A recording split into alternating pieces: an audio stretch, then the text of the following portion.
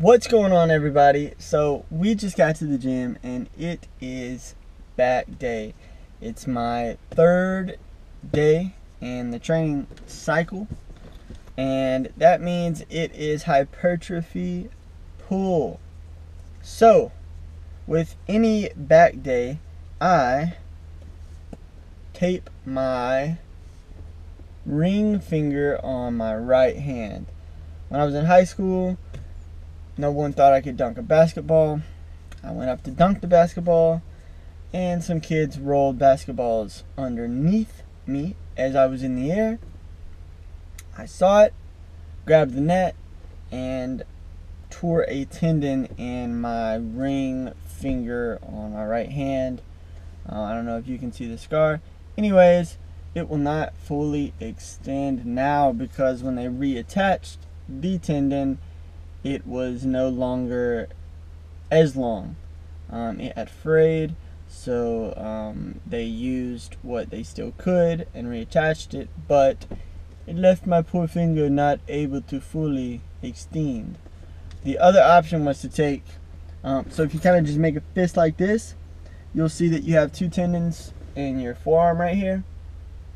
The other option was to take one of those, put it up in my finger, which was a much more extensive surgery with more scars, if you will. So the fact that they could reattach it, I was really happy about. I did not know that unfortunately it would leave my poor finger like this, but it's still strong. Like, the first thing I asked when I got out of surgery was, how long until I can lift again, and is this going to affect me? And honestly, I could probably still lift a decent amount of weight without wraps or without taping my finger, but I'm training, not necessarily testing. So with that in mind, I don't want to injure myself just because I didn't take precautionary measures. So with that being said, I always tape my finger on any pulling day because it does kind of hurt after a while. But that's what I'm about to do now. And actually, I'll show you guys how I do it. So I start with some pre-wrap, and I just lay it on my finger. And this goes if you need to wrap anything, you can do it like this. Lay it on my finger and just wrap it around. Pretty basic.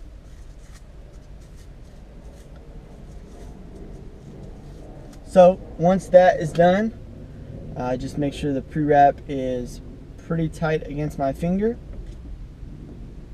And that's what it looks like. And then I go over it with some athletic tape. And I found what works best for me is if I pull out maybe a foot of it, start at the top, lay it over, and then just work it around. And it doesn't have to be absolutely perfect, but it definitely gives me some more support and peace of mind that my finger is being a little extra protected. Once I go around my finger enough times, I rip it off. And then this is the secret. If you don't do this, then it's going to be so hard to get this tape off. You have to, if you just lay it flat, it will get flatter as the workout progresses because you're lifting so much weight and it's just constantly getting mashed every time you lift something. So in order to make sure you can get this thing off easily, you simply fold the edge of it. That way it will still stick and lay flat, but you now have a little pull tab when you need to get this thing off in a couple hours. So that's it. And then I just kind of work my finger and make sure that it's not turning purple. When I first started wrapping my finger, I would literally wrap it so tight, and I would always be taking the wrap off because I was like, it's just hurting too bad. So I always just poke here and make sure like the color is coming back, and then kind of work it a little bit so it's not so stiff, and make sure it feels good and secure. And now I am ready to go train some back. Some bent over rows today, and I set a rep PR, which you will be seeing in a second. With bent over rows, especially when I'm going heavy, I don't want to say I'm not focused on form, but my torso definitely isn't, parallel to the ground. It's definitely kind of at a 45-degree angle, and I definitely find a rhythm during my set when I'm doing these, and it feels good. I feel super strong. As I said, it's not the strictest form you will see of bent over row, but anytime you can move that weight around and it feels good, it's going to have a good carryover into other movements and just make it feel that much lighter. After I did the bent over rows, I went into some barbell power shrugs. Call them power shrugs because, as you can see, I'm getting a little pop and hip extension in there. Did 315, put 365 on the bar, and as you can see, kind of had a little hiccup when I was unracking it. So in the next clip, I'm going to show you how to remedy that. If the safeties are literally right where you would be unracking it, like at full extension, then you can just slide some plates underneath your feet so you can unrack it without it catching on the safeties. That's what I did here. This is 405, and whenever you're shrugging a lot of weight, if you do have to unrack it in an unorthodox way, as I did, when you're done with your set, just take it to the ground. No need to try and re-rack it. After my shrugs, I went into dumbbell rows, and these felt good. These are 130s, and I did sets of 8 at a high tempo. So as soon as I was done with my right arm, I took a deep breath, and then I went straight into my left arm, and I went back and forth for 6 total sets, so 3 sets each arm. Unfortunately, my gym only goes up to 130s, but they felt really good. Did them beltless, and I felt super strong throughout each set. Finished off my workout with some face pulls for my rear delts.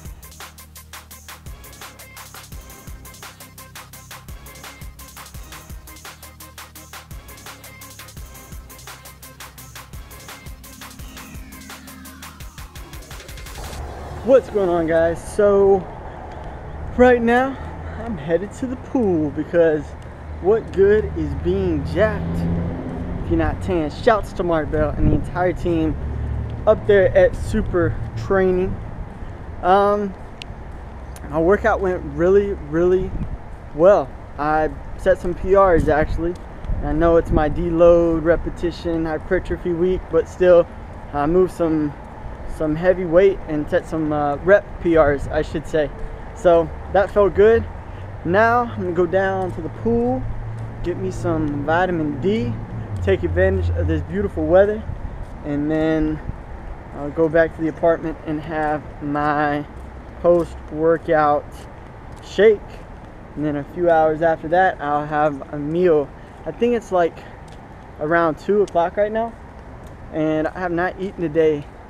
And it's crazy, after my workouts, I'm really not hungry, like at all. And I sip BCAAs throughout my workout, and then, it takes me about an hour to come down from my workout and be hungry again. And I don't force myself because I'm not necessarily trying to gain or lose right now. So I just kind of let it go, and about an hour after my workout's over, I kind of get a little hungry, and that's when I have my protein shake.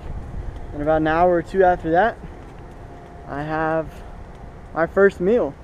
So don't get so caught up in, having to, feed, like you're not a a shark or a lion. I mean, you don't have like a feeding time. Like, eat when you're hungry and chill when you're not.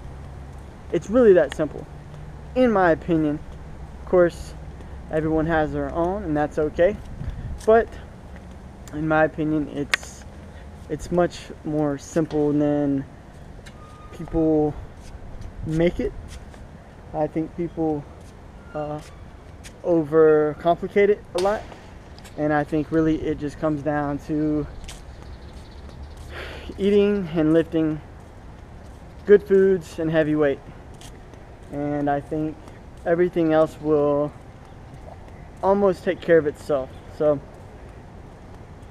at least that's where you should start. Now, as you get more elite, if you're competing, of course you have to track stuff, of course you have to be more precise with things. But if you're just trying to get bigger, put on some weight, eat a lot and lift heavy. If you're trying to cut, don't eat as much and lift heavy. It's really that simple. So that's a good place for you guys to start. Anyways, I'm gonna get some vitamin D. I will see you guys later. As always, thank you so much for watching.